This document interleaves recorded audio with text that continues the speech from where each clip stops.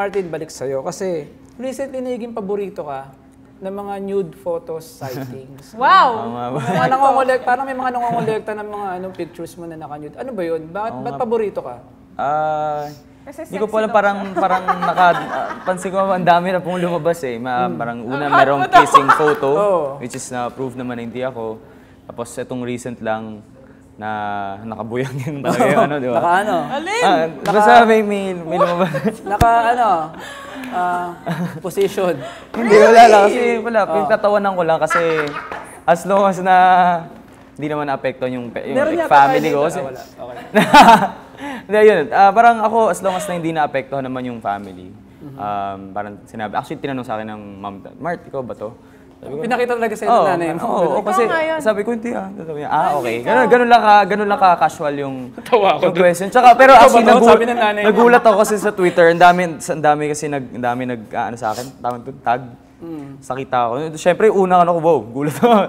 Parang hindi ko naman hindi ko makita naman yung sarili ko na ginagawa ko yung ganung bagay kasi hindi ko na siyempre, very responsible naman ako. So, wala na, imagine kung mag-eksena kayo, tapos naiisip mo yung picture na yun. Ayoko, hindi ko isi-search, wag na lang. Hindi, at saka ako, inisip ko nga, pag naglalakad ako, isipin ng mga tao, ako yun sa picture. Pero, actually, inisip ko, parang at the end of the day, parang ayoko nang, wala na akong pakialam kasi alam ko namang hindi totoo, di ba? So, bahala kayo, okay lang. Parang ganun nga yung dating mo sa, hindi lang sa fans ko, di sa press. Yung ikaw yung tipong walang pakialam. Kasi recently,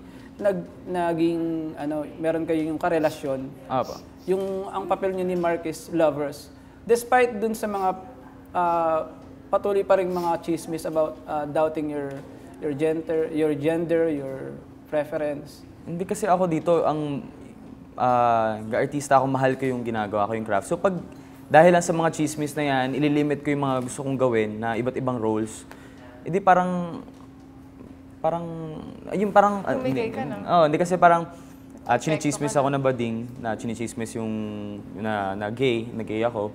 Pero kung hayaan ko yung sarili kong dahil dun sa mga issue na yun, babawasan ko yung mga taping ko. Or ako pa naman, mahilig ako sa mga challenging roles. Hindi parang ako rin yung kawawa doon kasi parang craft ko yun eh. Mahal ko yung ginagawa ko eh. Gusto kong umarte. Kung kailangan maging gay dito sa character nito, gagawin ko yun. Hindi ko hayaan ng ibang tao na i-control. Ayun, sa lahat kasi nako-control din ako eh. Maging passion ko rin ginagawa. Passion ko yung pag-arte din eh. Pero paano ka ba nagre-react? Meron na ba nangyari na ba yung ganung sitwasyon na merong kinumpron tinawag ka na okay lang. Bading ka, parang gano'n? Hindi, okay lang. Kunwari ko. Tinanong niya ako, sabi niya, totoo ba yung ano? Sabi ko, hindi. Parang, totoo ba?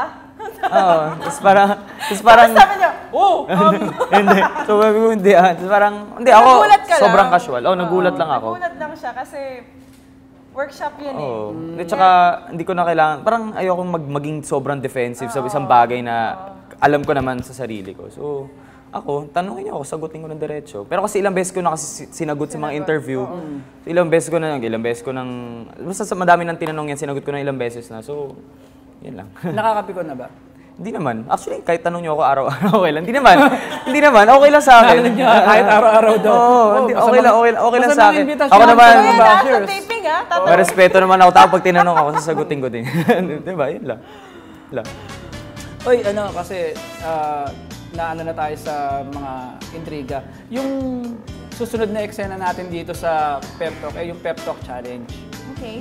So I hope you're game. Ang tawag dito sa Pep Talk Challenge na to ay